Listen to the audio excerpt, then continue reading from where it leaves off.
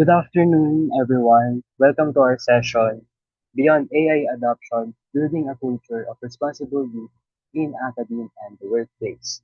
Thank you for joining us today. For sure, marami kayong matututunan kasi magaling na magaling ng speaker natin today. But before we begin, let's quickly go over a few house rules to ensure that we have a smooth session today. Number one, please keep your cameras off and microphones muted unless prompted during the Q&A portion at the end of our session. Next, if you have any questions, you may drop them at chat anytime. They will be read and answered at the end of the talk. Lastly, stick around until the very end for our post-evaluation and a quick photo op. We encourage everyone to answer the post-evaluation form since it will be the basis for our certificates of participation. And now, without further ado, I am honored to introduce our speaker from Globe Telecom, MX Celso T. Villano Jr. Celso is the MLOps manager at Globe Telecom under the Enterprise Data and Strategic Services Group, where he leads the operationalization and scaling of machine learning models to ensure reliable pipelines that drive measurable business impact. He is currently a fourth-year PhD candidate in data science at the University of the Philippines Diliman College of Science and remains a physicist at heart, having earned his BS Physics degree in 2019. Prior to his current role, he worked as a data scientist for 5 years across diverse sectors, including banking, healthcare, and insurance, building expertise in translating data-driven solutions into real-world applications. The fun style says so. So let's give a virtual round of applause for our speaker, MX Celso. Hello. I hope you can hear me well. So, good afternoon, everyone. Thank you for that wonderful and generous introduction.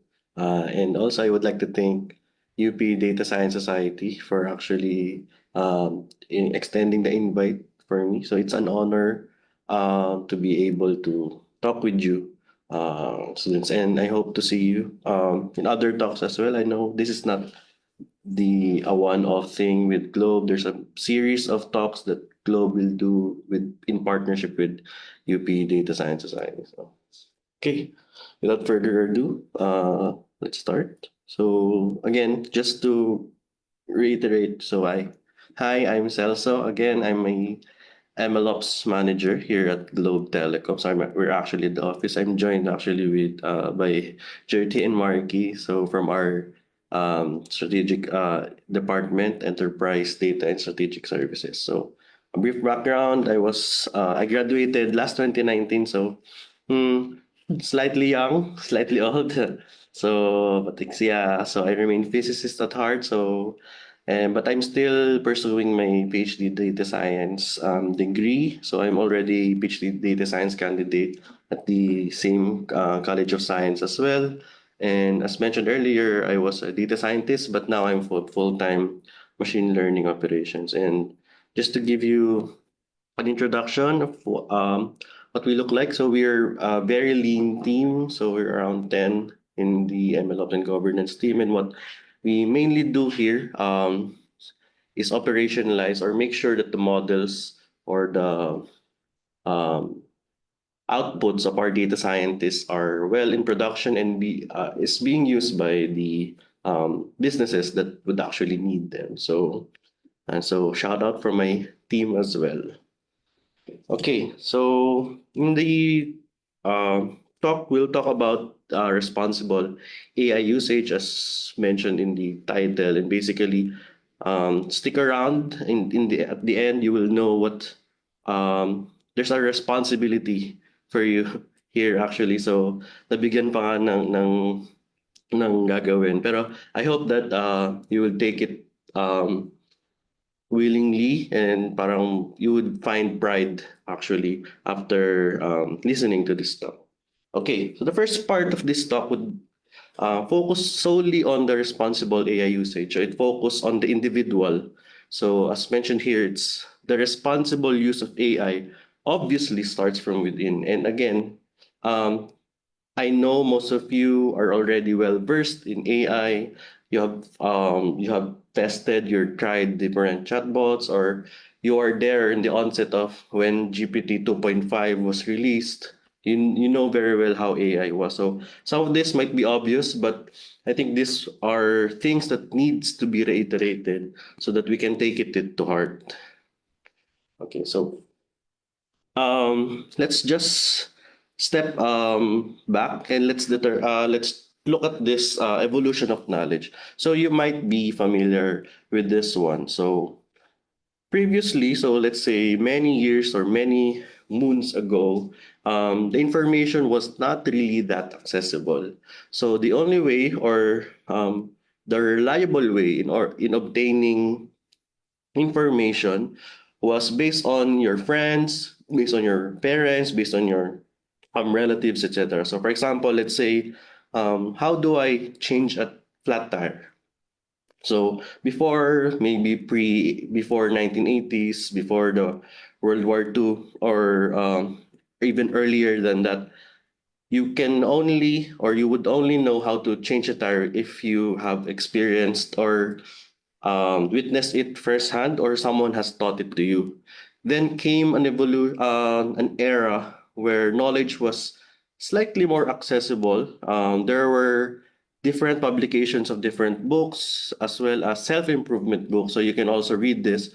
But still, compared to the internet, it's slightly less accessible because you have to go to the library. You would need to know what books you would actually access, and you'd actually spend an effort understanding, not just accessing it, but also understanding it.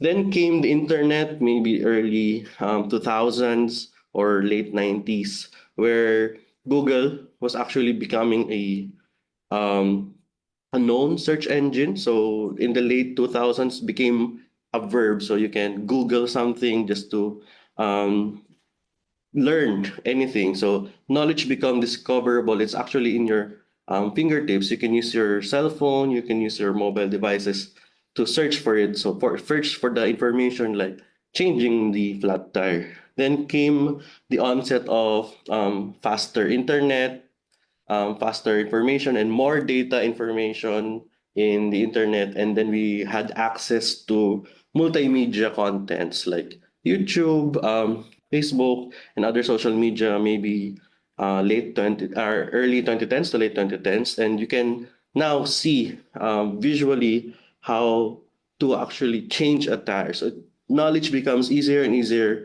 And now, in the current state of affairs here in the late 2020s, we now have these Gen AI or chatbots that are continuously improving.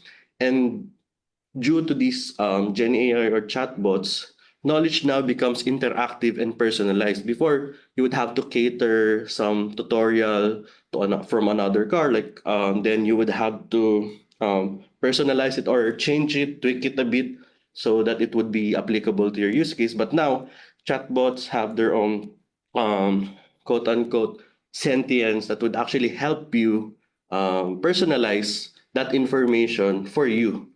So as we can see, the access to knowledge become easier and way easier. So, and you might be thinking that, okay, with this new or this little effort to access that knowledge, the depth of understanding is actually lower compared to the time that when you had to do the or have to rely on your relatives, etc. Information now and the understanding on that information became uh, shallower, quote unquote. So there was actually a book published or written by this guy, Nicholas Carr. So in the Atlantic Publishing Company. So the title is Google Making Us Stupid. So it was actually published 2008. So it's around 20 years ago already. And they had the same worry. So they worried that given this ease of access to knowledge, does it make would it make us more stupid or would it make it us stupid given that ease of access? So in his book, Nicholas Carr mentioned these three key points. So he mentioned that the internet or the onset of Google actually changes how we think. So instead, before he mentioned you would sit on a coffee shop or libraries, reading through all the books, your attention span is way, way longer than today. But given the internet, where you have access to multiple information, that access came with the fact that it encourages scanning or skimming and jumping between ideas rather than letting it marinate in your head, understanding word by word, flipping through the books, the book pages, etc. And given that encouragement in faster jumps between ideas, he mentioned that speed can actually reduce the depth. And we all know this, and I hope, and I know most of you would actually agree here, because it's obvious that speed can actually reduce the depth of the information that you actually take into consideration. So faster access to answers may also weaken focus, reflection, and retention because unlike before that you have to understand word by word, apply it to yourself, you would know, okay, I'll just search it in the internet. I don't need to memorize it. I don't need to um, take note of it because I know later if I forgot it, I can just search it anytime I want. So it brings us to the dilemma that these, although we have a plethora, the breadth of our knowledge become wider, it actually does not translate to a deeper understanding. So access does not equate to understanding. So knowing where to find information is actually quote unquote deterrent on critical thinking and understanding of the processes that we have.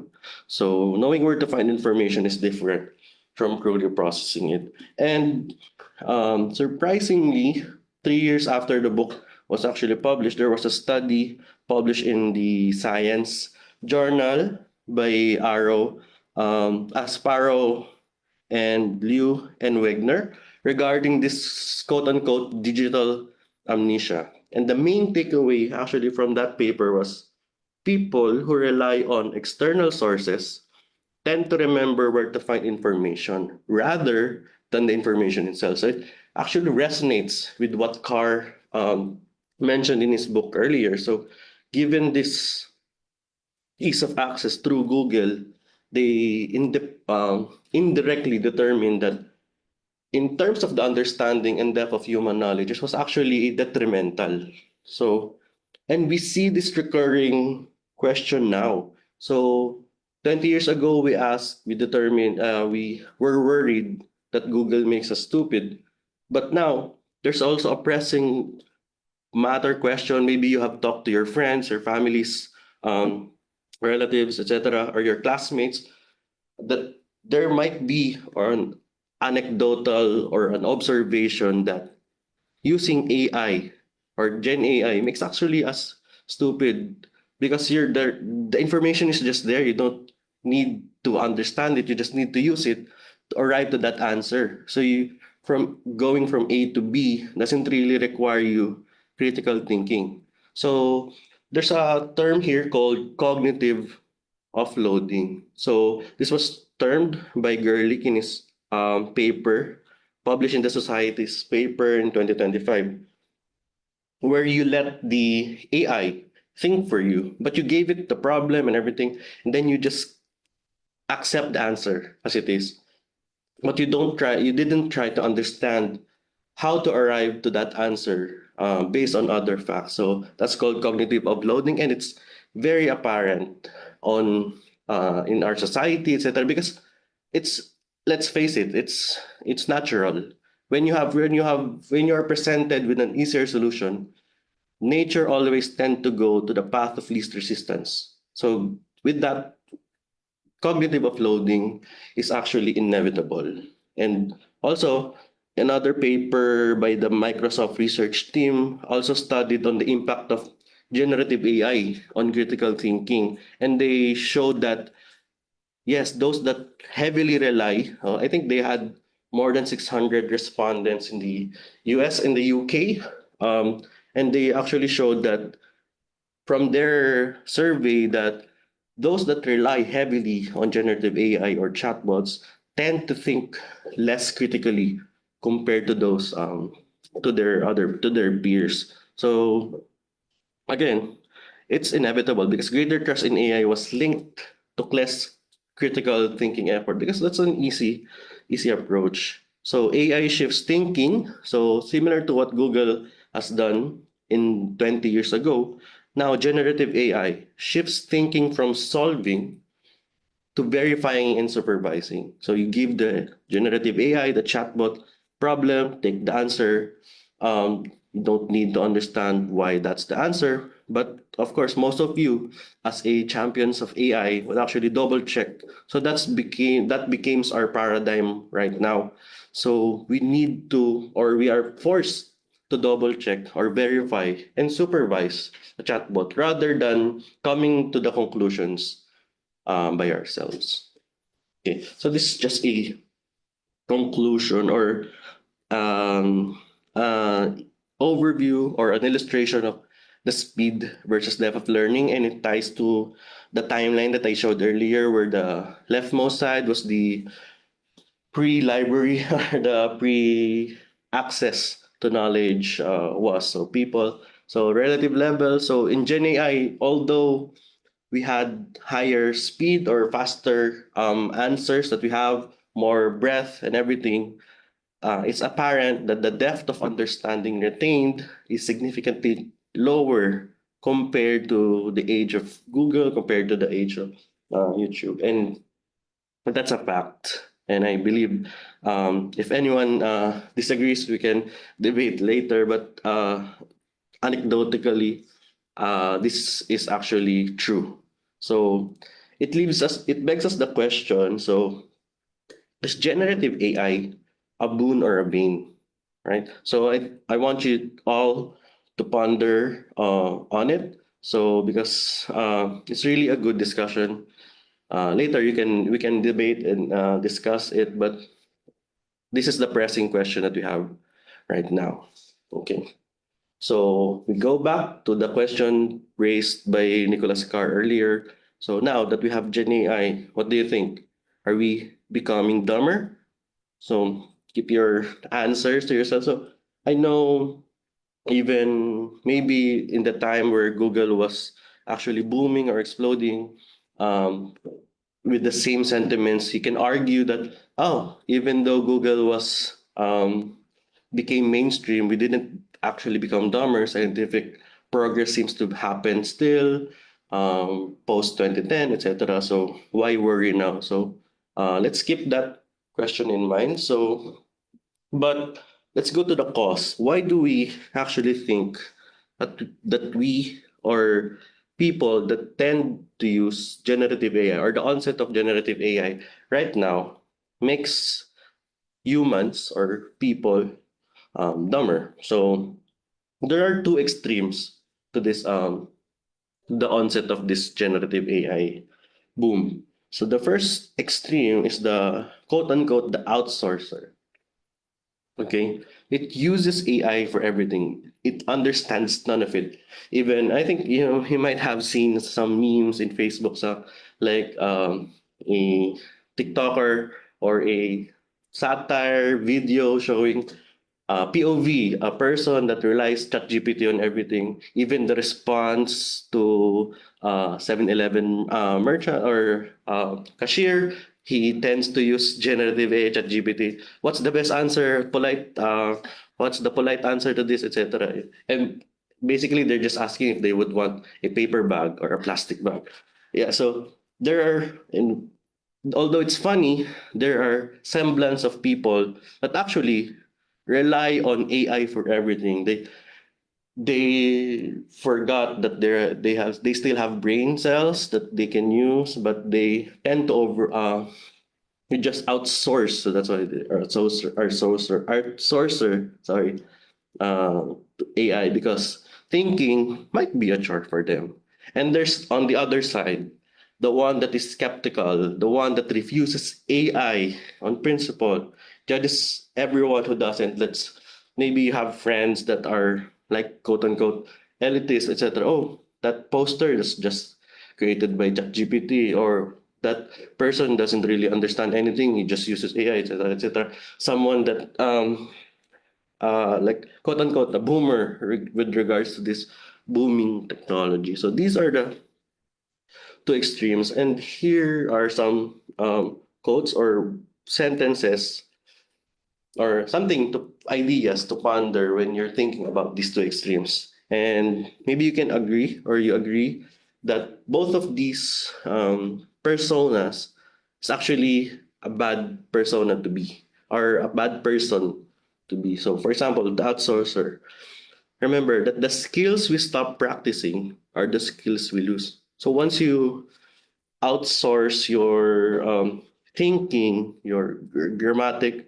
Yeah, just like using the calculator simple M, that's problem.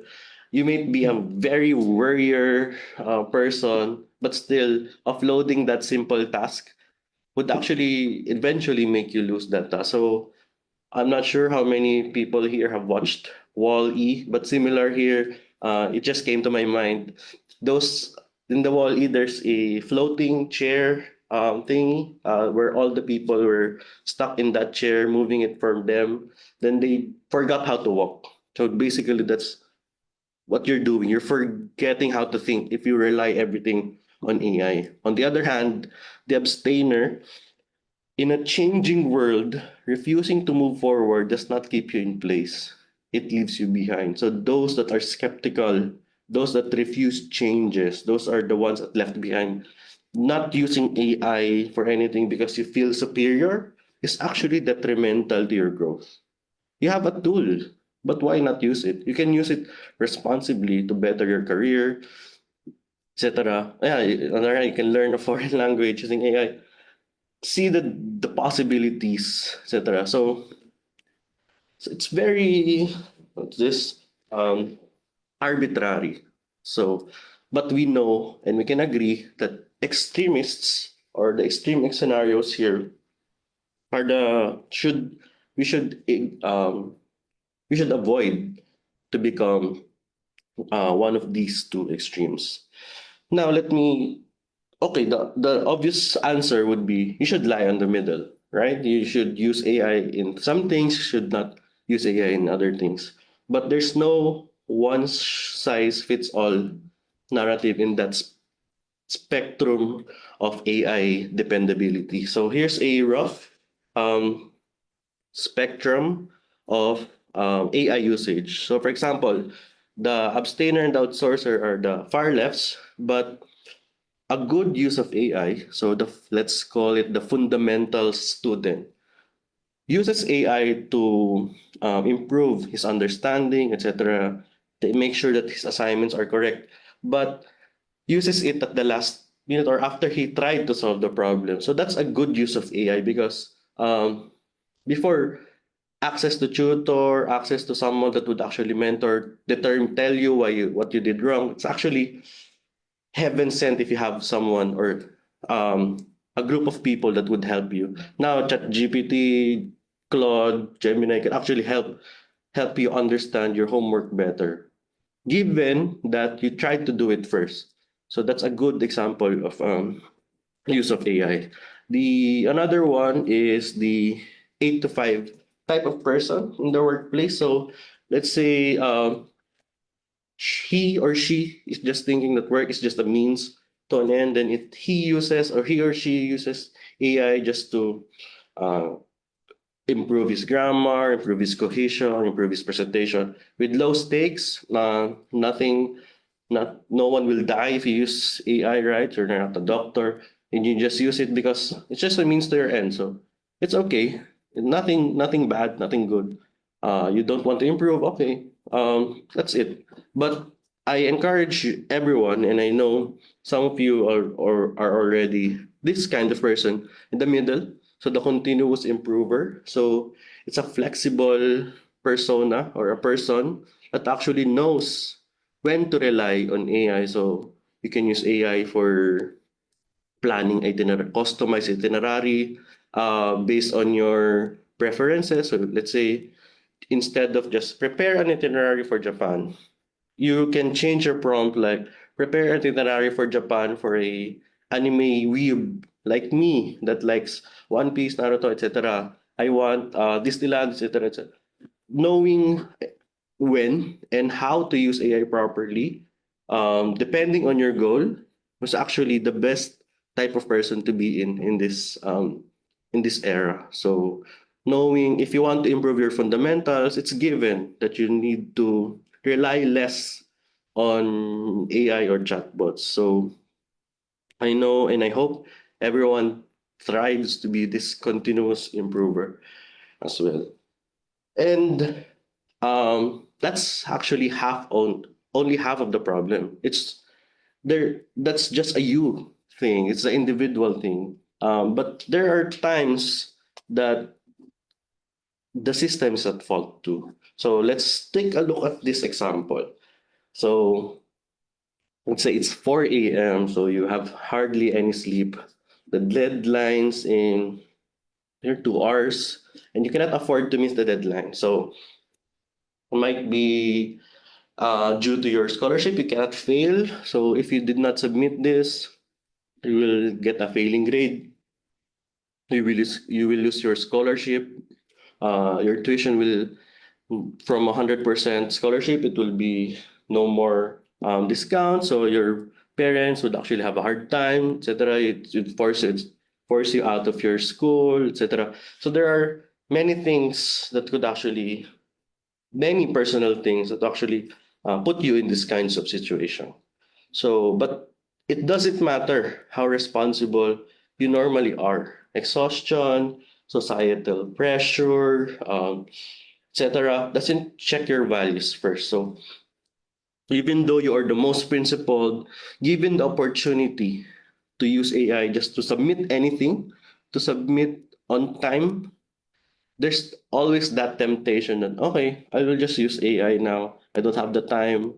You might be guilty for it, you might not be, but at the end of the day, you did not learn or you did not achieve your goal of improving your career, improving your understanding on this topic, etc.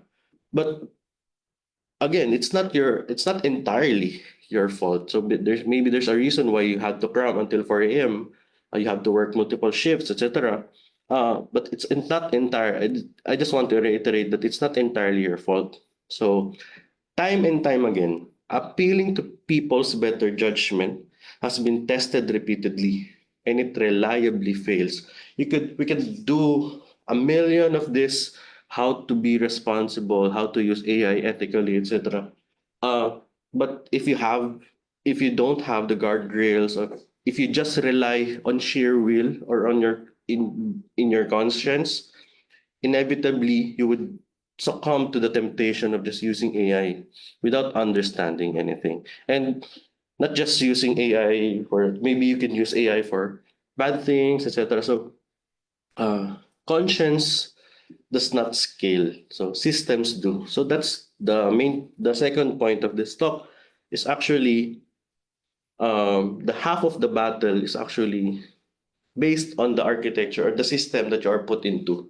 And there are ways to redesign the decision, and it's called choice architecture. And some of you might have heard it. It's just making the good choice default. It's making the good choice, the responsible choice, the easy choice, or the only choice in your system. So here are the three things that you'd actually think of if you want to change the system, or if you want to change the system where we want to force each and every AI user to be actually responsible. And for example, for a student to achieve their goal of building their fundamentals, or in the workplace, building a place where the outputs are beneficial for the company, even with the inclusion or the use of AI. So um, the first principle of this choice architecture is the quote unquote default principle. So it makes the responsible option automatic. That's just what I mentioned earlier. So you don't have you're not forced to choose. You're not forced of anything. It's just there automatically. You don't have to think about it. It's just there. In your face, shouting, "Choose me." That's a default. So you shouldn't have to be to remember to be good. You shouldn't have to remember that, oh, I don't, I is this wrong? Should I use AI for this, etc., etc. That's the default. The architecture should force you into making the default decision of using AI responsibly. On top of the default principle, there's called the friction principle. So it adds a small deliberate pause exactly where the risky shortcut lives. So not to stop it, but just to slow it down enough for judgment to catch up. So it provides a waiting time for you to maybe collect your thoughts, etc. So adding that friction maybe in terms of deliberate choosing. One good example here is when you're closing an application in your laptop or computer. When you click the X, there's always a second button there that would actually ask you, "Are you sure you want to exit without saving, etc." That's the friction. It allows you to do that, but it just slows you down, so it makes you think that, oh, this is not my intended action for these things. So we would apply that later on what system. Lastly, the special case for this AI or the use of AI is the disclosure principle. It requires someone else to see the thinking, not just the finished output. So this one is tailor fit to AI systems as well. So basically, you're not trusting the conscience of the one that created or pushed it, but you're building in a witness. So having some other humans to talk to or explaining the information or the output that you have actually increases the integrity or the the responsible use of AI. So again, these three, none of these ask anyone to be more disciplined, more ethical, and more careful. It's just there. That's why it's called the choice architecture. It forces you to be responsible. So here's an example in the academic space. So again, the problem in AI right now in the academe, as we mentioned earlier, is the skills atrophy. When nothing forces you to practice them, you lose them. So for example, earlier you don't know how to integrate, you don't know how to solve this differential equation, but you always just use ChatGPT. Or okay, you pass your Math 17 1 to 1.1, etc. Um, but later, when you're doing your thesis, your majors, you just push everything to ChatGPT to solve it for you. Eventually, you're gonna lose that skill. Also, again, with AI, the cognitive offloading gives you a disconnect in your output and understanding. So you might present or give the professor your report a very good or polished information but generated by ChatGPT, but there's no way or assurance that you understand any of that, right? So what should we do in the academic workspace, in the academic setting? So the three principles we mentioned earlier. So first one is the default should be we should change our metrics. So let's not say that we need to remove the take home, the projects, that machine problems, the take home activities away completely, but rather why not make the exam or the oral defense or the peer face-to-face activity have higher component weights. So let's say from 15% in take-home activities to 10%, etc. So basically, defaults you or defaults the student to actually learn in the system and not learn in the subject and not rely on ChatGPT without thinking about it, right? And also, now friction. So one example for the friction is changing to or adding metrics, new metrics or new measurements on your understanding of the lessons or your output. So having an oral defense. So for example, the professor would actually assign you a take-home activity, create a 5-point narrative regarding Paxilica. Okay, but that's not the end of it. Um, the next part for the professor, the instructor would actually force or mandate the students to actually report that in class and have an oral defense with his classmates or the teachers and and mention that, okay, student A, walk me through why you chose this approach, etc. So it enforces, or it makes the activity, it forces the student to actually understand the results that they got. Okay. And lastly, the third principle for choice architecture, an example would be a process transparency. Okay. This is my anecdote or my personal take on something, because in the onset of generative AI, maybe 2 years, 3 years ago, there's really a notion that no, don't use AI. There were multiple subjects that actually showed, when we find that you have, or you're not you are you used AI in this output, etc., etc., you have deduction, etc. But I think personally, I believe that's a wrong mindset to have, because AI is there, the tool is there, it's inevitable that students will use that. So why not just be transparent? Why not just force the students to be transparent on how they used AI, on how they prompted their chatbots to arrive to the conclusion, or help them arrive to that conclusion, etc. I think that's a better approach rather than just completely banning the use of AI. Okay, so maybe some of you are just graduated or actually in the workforce right now. So here's an example from the workplace. So some of you might be familiar with this quote unquote YOLO mode. So you only live once mode in Claude. So it gives Claude, or the AI agent, full access to your workspace or your computer. So it runs things for you, run commands for you, create documents for you. So the um, extreme scenario would be, could actually delete your files, could actually upload it somewhere, could delete the database, etc. So there's a risk of that, and also over reliance on AI in terms of coding for ChatGPT, Claude, etc.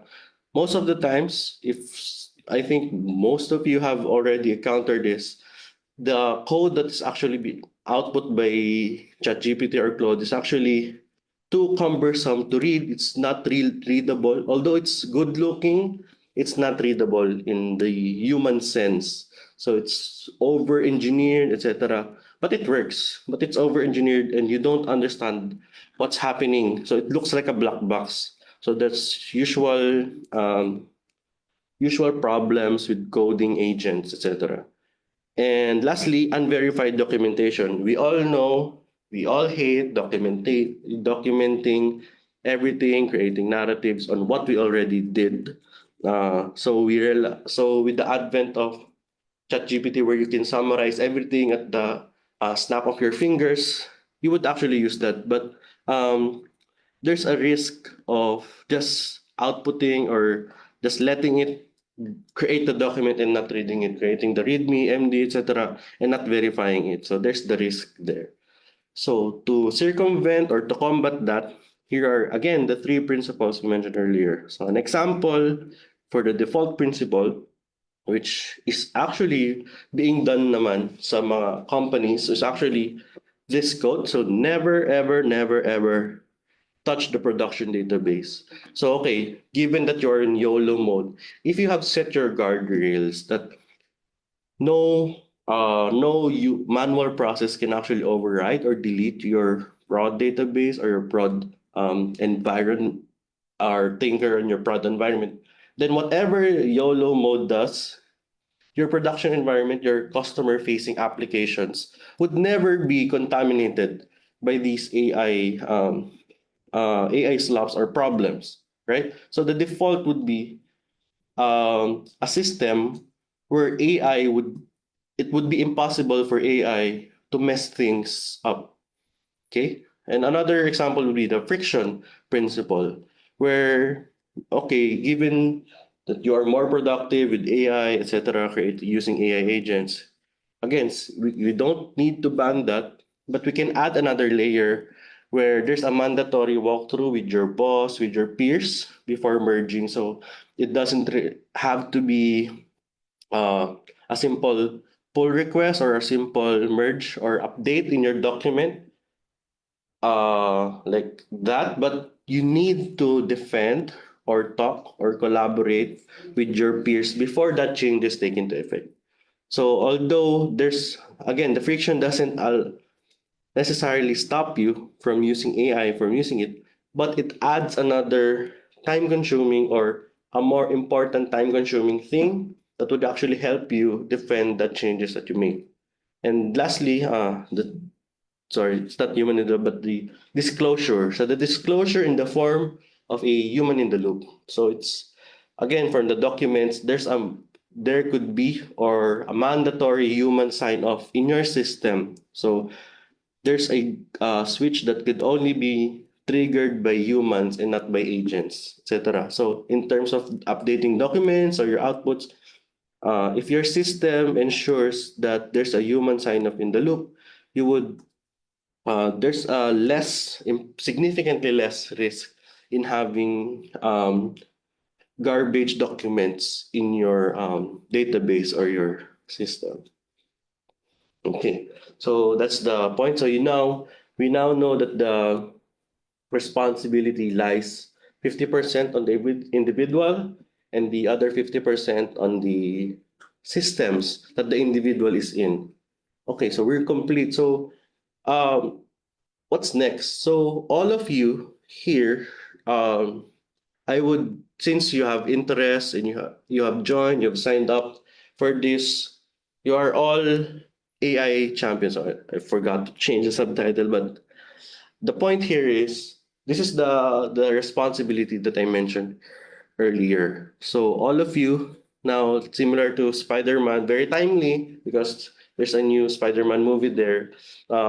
With great responsibility comes sorry, with great power comes great responsibility. So the counterpart here is now that you know these systems in place on how to use AI, for sure, just being here, just being interested in the proper use of AI, you are more, let's say, you are more confident or you're better than your peers in using AI, etc. So in 5 or more years, some of you will be professors, team leaders, managers, or just persons who understand it better than anyone else. And I'm sorry to say, but whether you like it or not, that already makes you an AI champion. And so, what does an AI champion mean? It means it doesn't mean that the AI champion is the best AI user in town. No, the AI champion is the advocate for proper or responsible AI usage. And given that you have already attended this talk, you have already attended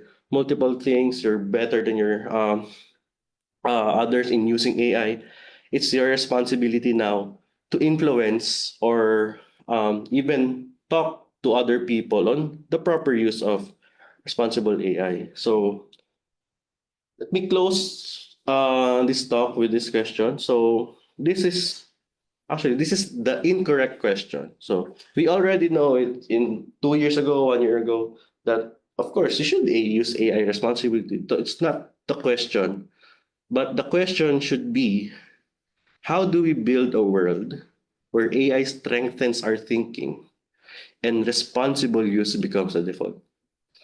If you keep that in mind in everything you do, I believe that the Philippines and the world will become a better place. And so thank you. And I'm open to questions. So any questions from the audience?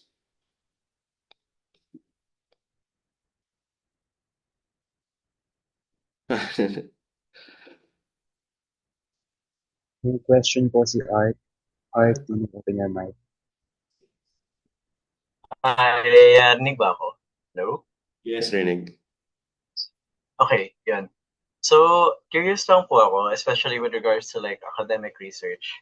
Um, given if aware po tayo dun sa developments ng kunyari sa field na mathematics. Recently may disprove tayong Jacobian conjecture with just AI, no? So if you were like given an option to automate like, kasi yung status ng AI ngayon, like pwede siyang makapag-solve ng problems in a very efficient manner na tama.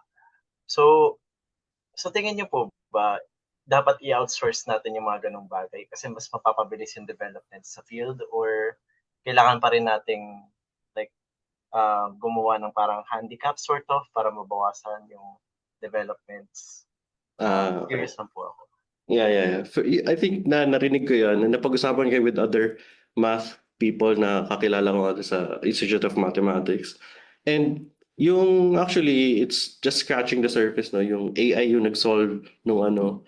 Pero once you think about it, it's just an AI-guided approach na na-solve yun. So behind that are the PhD, mathematicians, etc. So without the proper guidance and multiple back and forth, I think all of you have tried na hindi naman isang beses lang makukuha na agad ni AI sagot. So, much more na makukuha niya agad yung sagot ng siya lang, di ba? So, parang let's just put that forward, yung caveat na yun na dahil dun sa mga PhD mathematicians or the mathematicians in general na nag-guide dun sa AI to use it, kaya lang naman na-solve yun. So, given all, parang ano lang din sa programming na computers are generally better than you than solving. So they can crunch numbers exponentially faster than you. Parang ganoon lang siya, naging tool lang siya to use it. So yung question mo regarding the handicap, I think hindi magandang approach yun. Nalalagyan mo pa na parang,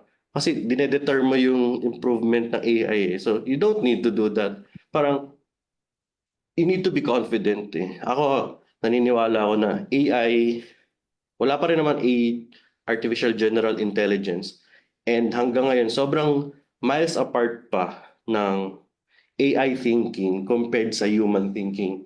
So yun yung parang sinasabi na parang, okay, kaya na ba nag-PhD ng isang AI? Of course not. Ang alam lang nila is based sa data na meron sila eh. But the human mind actually generates things parang very wildly, very creative. And yun yung touch na wala sa AI. So, you don't need to worry na mapapalitan ng AI or something na si AI na bahala sa lahat. No, sobrang laking tulong, sobrang layo pa ng kailangan kainin na bigas ng AI or ubusin na tubig na sa dam para lang maging katulad natin. Especially, lalo na sa pag-improve ng technology, etc. So, again, to answer your question, in terms of the handicap, no need. You should actually acknowledge na to improve it further pa nga eh, rather than slowing it down. So, ayun. Sana nasagot ko yung tanong mo. Heart. So, ito, may question dito. Si General Gabrinao. Hello po, I'm currently studying BS Physics. Curious lang po kung malaki yung leap from the physics environment to DS AI field. Actually kasi bias ako kasi BS Physics ako nung UP Diliman. Nandito ako sa data science field. I would say in my biased opinion na hindi ganun kalaki yung leap kasi physics in itself is just solving a problem. And data science or AI, ganun lang din sa business. Paano mo bebentahan yung customer, sino yung tatargetin mo, or paano mo malalaman sino yung anomalous, etc. It's just solving a problem. And physics gives you a more creative approach in solving that problem. And malaking tulong din yung programming and mathematical rigor when it comes to these fields. Pero to be honest naman, when I transitioned from physics to data science, the quote-unquote hardest that I encountered was yung sa stat part. So I think though may StatMech, yung physics is not the same as the statistical rigor ng mga statisticians. And syempre, yung mathematics part, iba rin yung rigor kapag mathematics and comsci. So para ka lang magkakaroon ng specialization nung parang, ang nangyari kasi nung nag-training din kami, marami akong friend na comsci, math, etc. Yung comsci, galing sa programming. Yung math, magaling din sa optimization. Yung stat, magaling sa stat part, etc. Pero yung nakita ko sa physics, para siyang jack of all trades na part na it understands na Oh, teka lang. Let's take a step back. Ano ba yung problem, etc. So, and sinasolve mo yung problem at its heart naman. So, yun naman yung sa physics. I think yun yung matututunan mong thinking when it comes to physics. Not that I'm saying na yung other fields hindi ganun mag-isip. It's just that ganun yung rigor ng physics training. Kaya parang yun yung magiging edge mo. Pero, again, back to the problem, hindi ganun kalaki naman yung leap from physics to DS or AI field. Yeah, so, May naka-raise na. ay, may naka-raise ng hand. Hindi ko kita. Steven John Tano Melendez. What's your question? Hi, sir. Good afternoon po. Rinig niyo po ako, sir. Ay, rinig. Hello, sir. Hello, Yes rinig po. mo Wait kami? lang po, sir. Sir, I'm Steve. Yes, sir. Marinig niyo po ako, sir? Yes. Yes po. Sir, good afternoon po. I'm Steven Jamiliandes from the province of Sultan Kudarat po. A researcher. Yes po, sir. Good afternoon po sa lahat. Good afternoon to the UP community. Sir, I'm very curious about the usage of AI po. Kasi as a researcher, marami po akong nag-check na mga thesis, manuscript ng mga undergraduate students po. And the very alarming in my observation is so RL is they just copy and paste and they had prompt na mula sa AI, they copy and paste. So my question right now is, what is the possible implications, sir, if ang usage ng AI po is na-abuse ng mga students, particularly in the academic literacy and the critical thinking, lalo na sa paggawa ng thesis sa research and development, sir. And for my second question, sir, actually, sir, last week natanong ko na ito sa DICT prior for this webinar for this afternoon. What is your opinion or stand that kapag ang AI daw is na-adapt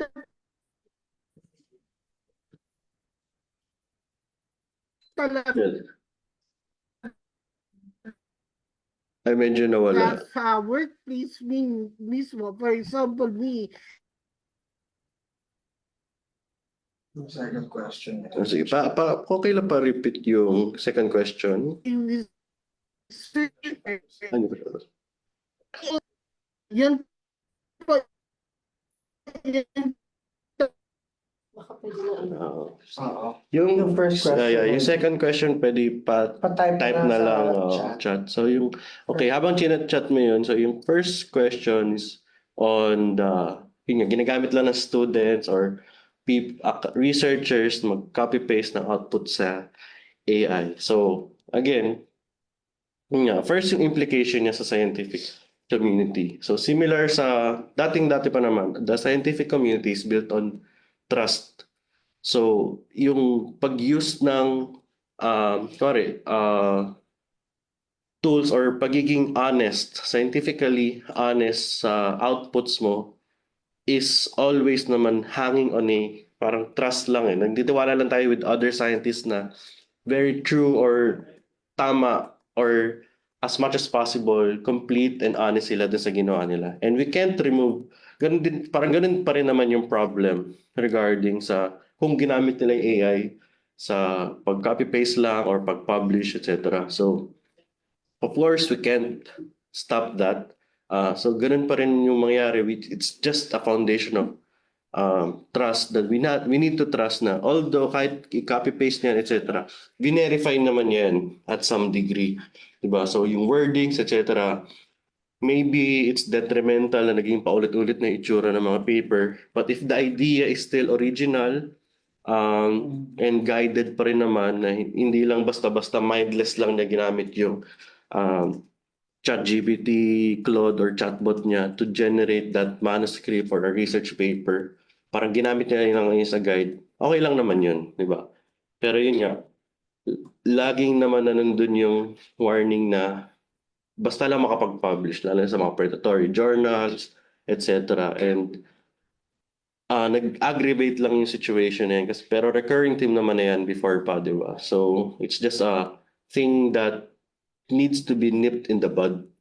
So, the thing that should be established is dun sa fundamental learning, fundamental building skills nila, so yung undergrad nila, anong thesis nila, dun dapat tumatatak or dun pinapakita. Kaya meron naman tayo mga research subjects, etc. na kung para ma-instill yung ethics sa kanila, parang ganun pa rin naman yung system na need natin na instill sa mga people, lalo na sa formative years ng mga researchers natin. So, in terms of the output, kung yun yung gawin nila, mag-copy-paste lang sila without thinking of the repercussions. Kasi the worst na mangyayari kapag AI slap lang yung binigay nila is mag-push back yung scientific community na parang, uy, mali pala to. Kasi binigay lang ng AI, mali-mali yung pinagsasabi, di ba?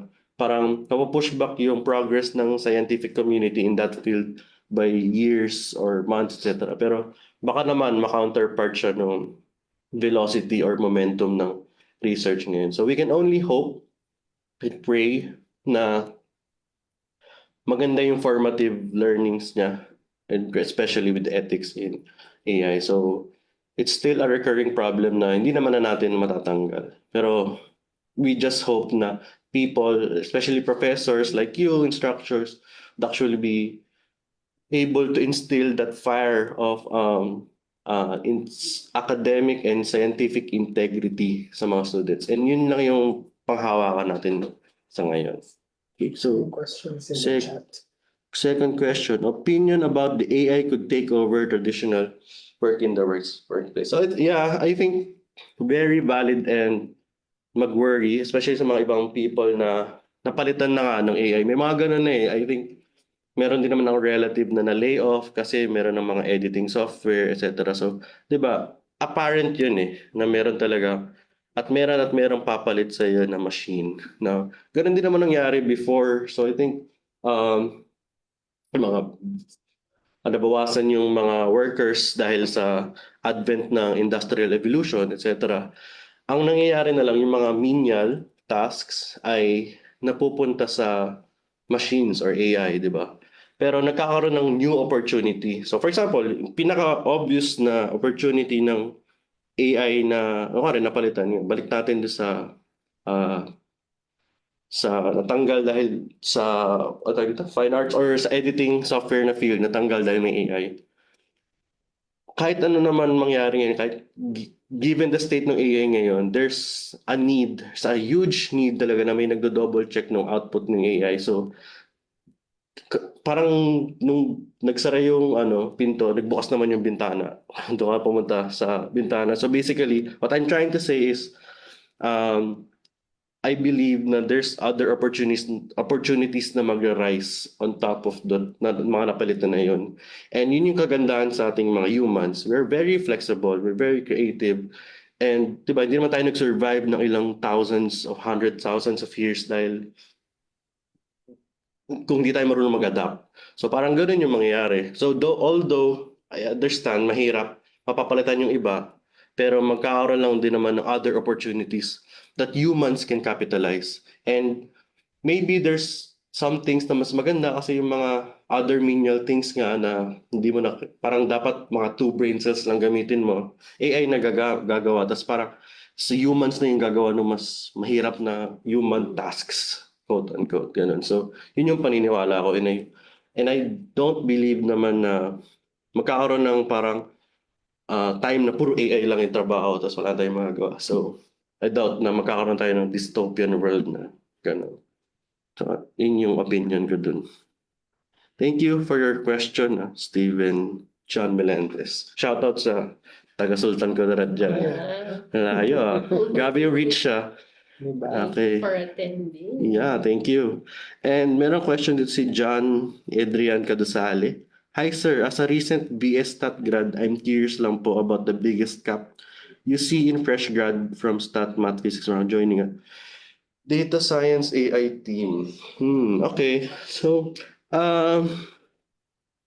yung ano naman, kagandahan kapag, or usual, kapag entry level ka, and I would die on this hill naman, everyone is teachable.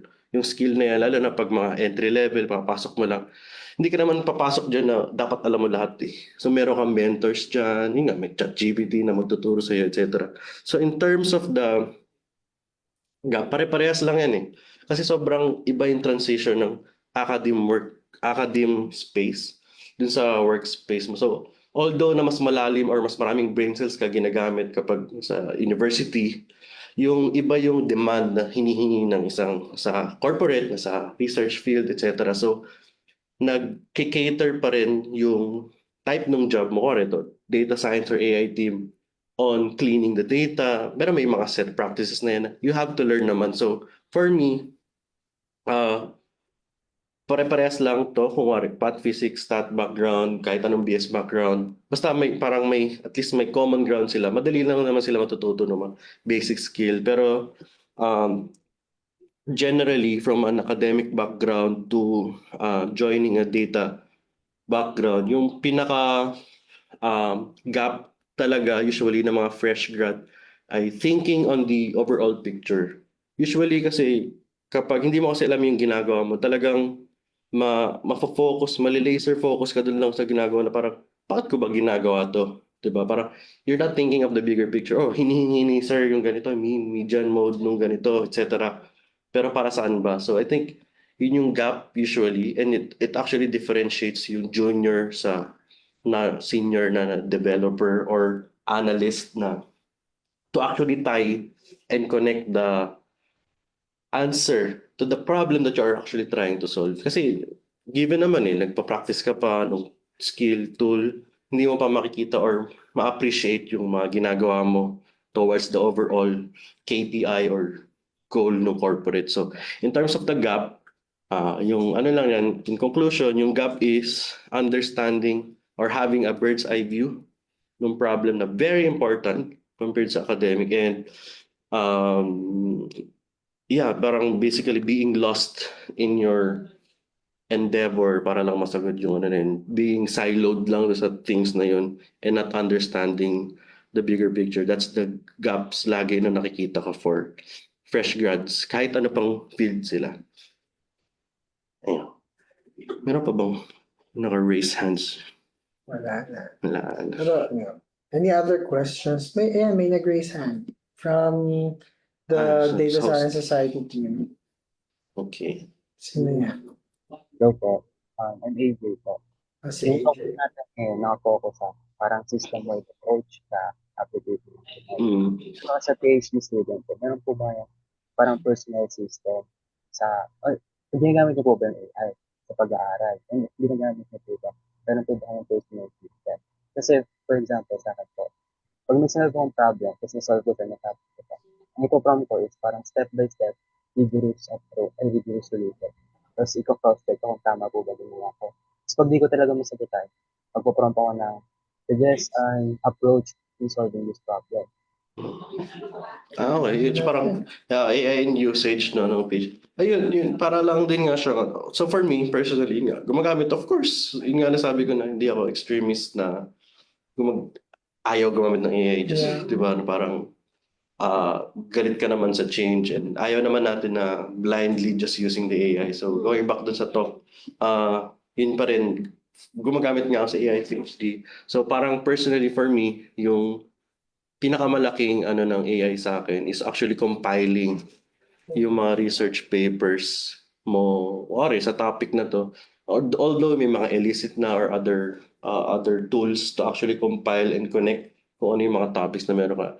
Ang laking tulong pa rin na AI with Google Scholar search na magko-compile sa'yo, and may kausap ka in actually pagbatuhan kayo ng parang understanding mo. Kasi minsan, lalo na yung mga deep paper, mga bagong papers ngayon, although ang dami na, may mga times talaga na hindi mo maintindihan talaga yung nangyayari dun sa paper. So you'll need the help of AI kasi ang lawak ang lawak ng understanding na. So yun yung isang use ng AI sa PhD career ko. Pero in terms of kasi sa subject, for sure, kung paano ka naman nung undergrad, ganyan. So parang in-accelerate lang naman ni AI yung understanding mo on the things eh. So, ganun lang. Parang tool lang naman. Tsaka talaga. don't feel na hindi ko nakagawa ka ng mortal sin when, Oo. oo, na, well, diba, like for example, you're doing your paper, tapos nakagawa ka ng mortal sin na nag-search ka sa AI to look for references, diba, about, katulad ng sinabi kanina ni Celso na as long as original yung idea, kasi the idea is, yung idea is original, you just have to support it with parang related literature, ganyan. Easier na maghanap ng related literature using AI ngayon. So, kunyari, ito yung idea ko. Naisip ko, kunyari, the apple is red. Ganon. So, hahanap ako ng paper that will support my idea na red nga yung apple. So, ganun lang siya. Parang yung to help you na mapabilis yung trabaho. You use your AI, pero wag kang kukuha ng idea Di mo naman na hindi na galing sa'yo tapos sa AI kasi kakopy mo lang. That's yun yung ekis sa responsible use. Pero if in terms of helping you to make your job easier, by all okay means, lang di ba? yan. Oo. Hindi naman siya mortal. Gusto ko yun yung parang mortal sin ba yung basta gumamit ka ng AI. Oo. Di ba? Pako sa krus yan. Hindi naman ganun. Ako, to tell you honestly, nag-AI ako nung gumagawa ako ng mga term papers ko. Pero, sinaside ko siya. As long as may proper citation, ganyan. Hindi naman ako na pagalitan ng prof. Ito parang ako, in the end of it all, di ba? Parang sarili mo naman lulukohin mo lang eh. Correct. Kapag, di ba? Kung gusto mo, matututo ka and everything. Problema mo na kung hindi mo inintindi, etc. So, Tsaka Celso, right now in the workplace, di ba tayo, hindi, kumbaga, before, very hardcore na ikaw yung magkukode. lahat. Ngayon, itanong mo na lang kay AI, tapos siya na yung magkukode. So, ganun na yung kalakaran dito ngayon sa workplace. Pero syempre, iba yung sa academe. Pero tama naman. Tama, pero basta maganda yun na wag matakot gumamit naman ng AI. Tapos wag naman sobra na parang angkinin mo. Basta maganda at the end of the day, maintindihan mo bakit ganun yung output, etc. So yun nga yung point ng technology is to accelerate human knowledge kung nagiging against sa'yo yung flow. Parang yun ay mali paggamit ng AI. Pero siguro they're coming from, ako kasi na-experience ko, meron akong prof na sa end ng paper ko nakasulat, I solemnly swear na hindi ako gumamit ng AI. May gano'n, pipirmahan ko. Hindi ka ako pa rin, pero syempre, nag-asa ko ng help ng AI. Yun nga, yung ina-explain ko kanina. Pero hindi ako yung parang create a paper on tapos yun yung papasa ko. Yun, basta at the end of the day, pag feel mo wala ka natutunan, magtaka. Hirap kaya maghanap ng mga parang RRL sa Google. Yung Google, yung traditional way before, di ba, na Google. Ikaw pa magtitingin, babasahin mo pa isa. Correct. Carl Joseph Torres. Okay. Hello, sir. Ask ko lang po in terms of modern research. Do you think it is still appropriate or timely to use tools like Turnitin, considering that AI is now used as a legitimate tool to generate parts of content? Should plagiarism detectors focus solely on traditional plagiarism rather than flagging AI assistance in papers? Oh, yeah. Ito magandang usapan. Kasi parang, una sa Turnitin, ano yun? Yung Turnitin kasi, dati kasi yung mga, titignan niya kung get ko na. may snippet ka talaga na kinuha word per word sa isang paper, kinapi-paste mo, makikita yun ng Turnitin. Nakikita. Parang ganun yung point ng Turnitin. So yun nga, kung ChatGPT ginamit mo, pare-pares lang kasi ng structure, so nagkakamukha na yan lahat. And parang marami na rin na times na kahit ikaw gumawa ka ng sarili mo, tapos may pina-check ka sa isang tool na AI detection to lalabas yung 100% AI kahit ikaw gumawa. So parang, ang problem kasi sa ganyan nga, it's becoming a witch hunt na, di ba, AI, ginamit mo, hindi ka nag-isip, etc. Kaya mas maganda nga yung tanong na yung sabi ni Carla, maganda na mag-focus na lang tayo ng maging parang transparent talaga. Okay, gumamit ka ng AI, etc. So parang agree naman dito na wag nang parang should plagiarism detectors focus solely on traditional plagiarism? Yeah, I think yun yung point eh. Kasi ano ba, at the end, yung pinaka-essence naman ng plagiarism, you're using that idea and making It it like yours. yours, diba? So parang, if kaya mong i-defend or something na sa'yo naman talaga yun idea or built upon ng multiple researches, then, diba, it's in good faith. So parang hindi na siya nagiging witch hunt. So, pero yun nga, this is a very hard topic naman na to tackle. Parang may usapan pa ng accuracy, Yeah. etc. Diba? Tapos parang, I think we're measuring the wrong thing naman na here. So kung I think it depends na sa professor mo na okay, kuwari hindi naman like term paper lang na essay, etc. And babalik nga tayo sa sinabi ko na systems change na. Let's just do an oral defense. Okay, create parang points mo, create ka dyan, sige, kahit ano pa yung AI generated. Magdebate tayo. Ano ba yung naintindihan mo dyan, etc. So ganun din. So parang feel ko sa ganitong pag-witch hunt nung sino AI gumamit, we're not really focusing kung may natutunan ba yung estudyante. Parang nag-witch hunt na lang tayo. So we're deviating from the thing that we want to measure talaga. So, And also yung sinabi mo kanina na isipin mo na lang sinong niloko mo. oh, di ba? At the end of the Ikaw. day. Totoo yun. And you cannot apply it when you Oo. apply. Pag Oo. naghahanap ka na ng trabaho, hindi mo Trabaho, rin hindi. ma-defend eh. Correct. So, yan. Very good question yan, Carl Joseph Torres. So, basta ako, at the end of the day, it's the responsibility of the educator to actually test kung ano talaga dapat yung test kung may natutunan, not rather than witch hunting, etc. So, pero mahirap yan na tool. So, I think, ibang problem na yan as it is. Okay, si Kier Huros. Hi, sir. I'm currently a second-year BS Stat student. I'm planning to apply for internships during my summer vacation to gain experience with the data data science. I just wanted to ask, what makes students who get accepted for internship stand out in their application? Are there any qualities, experiences, or Pwede bang i-part natin to? part? Because I'm thinking of doing the next session will focus on this topic. Parang So, working.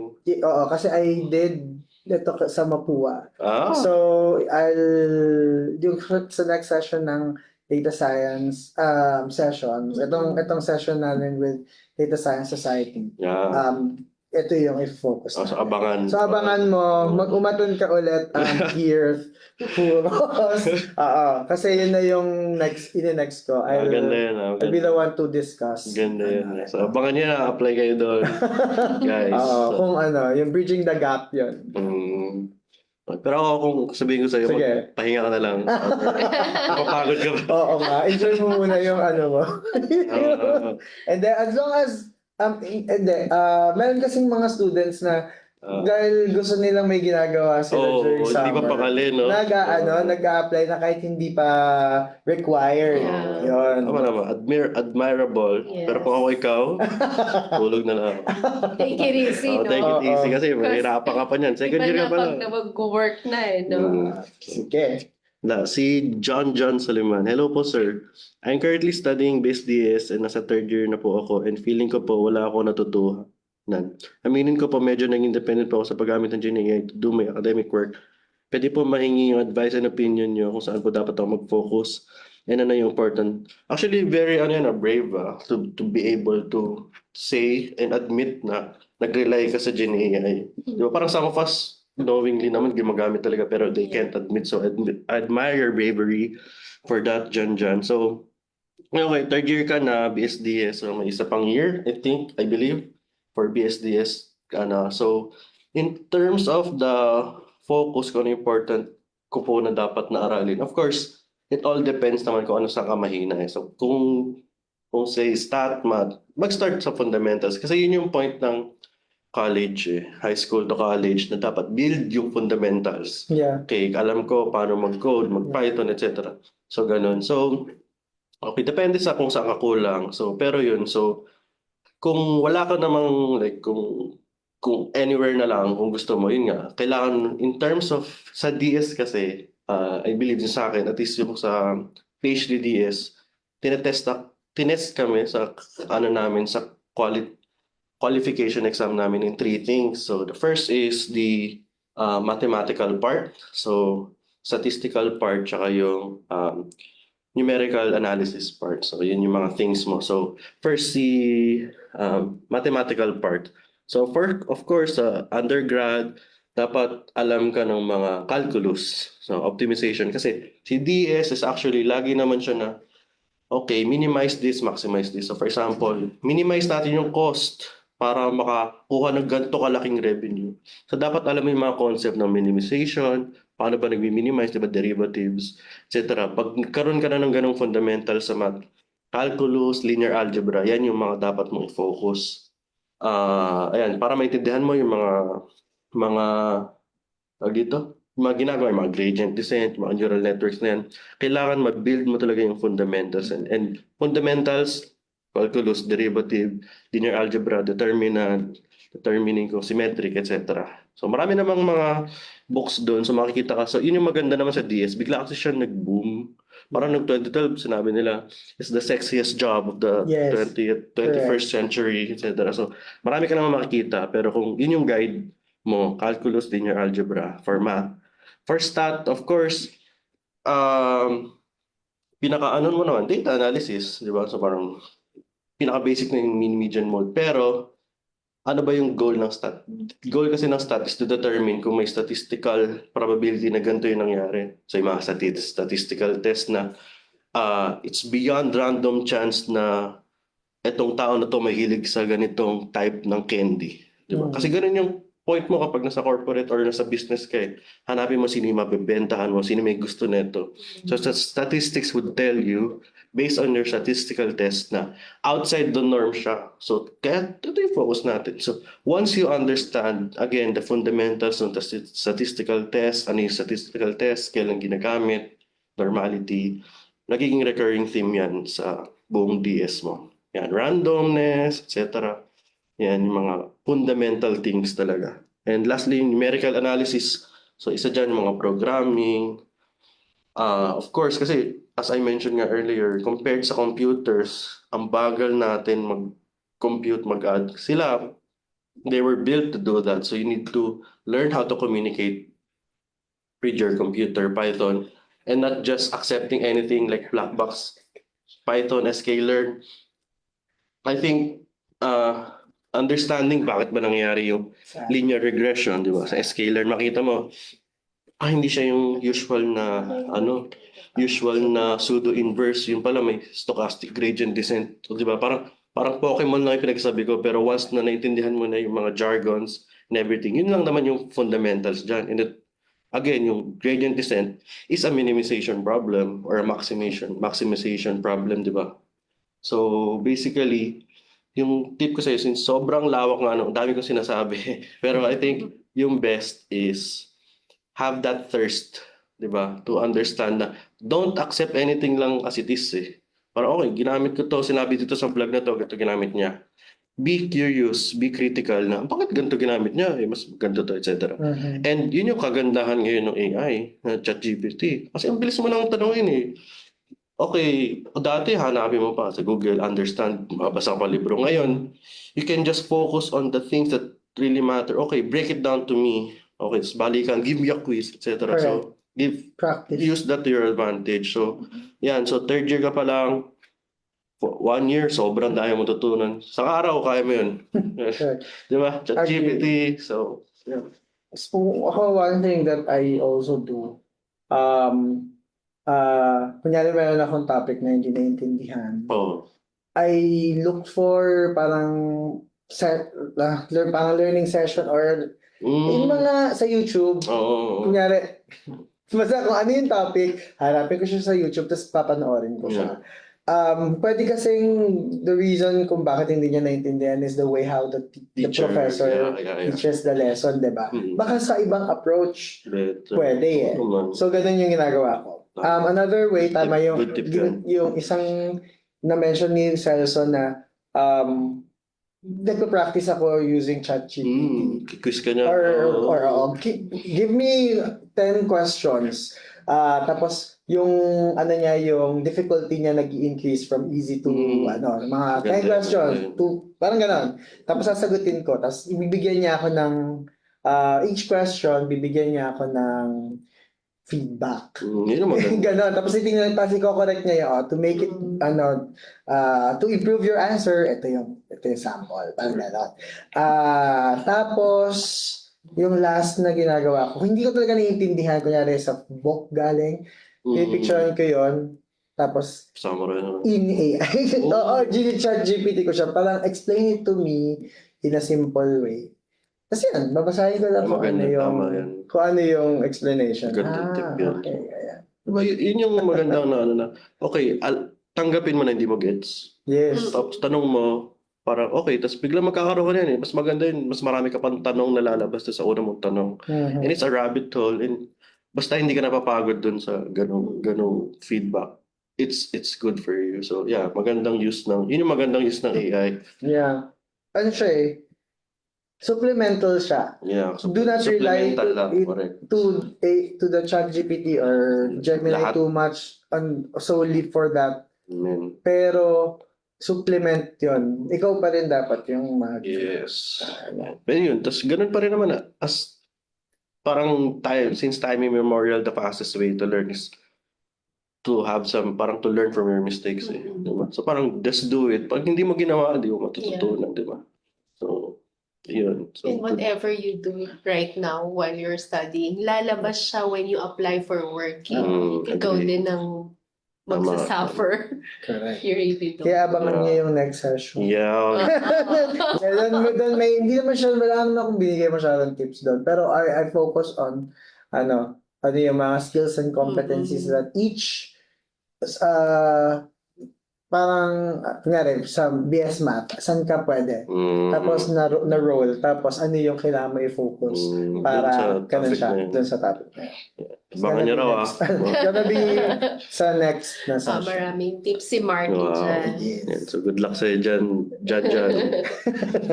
Ayan. Okay, balik na natin kay Art AJ.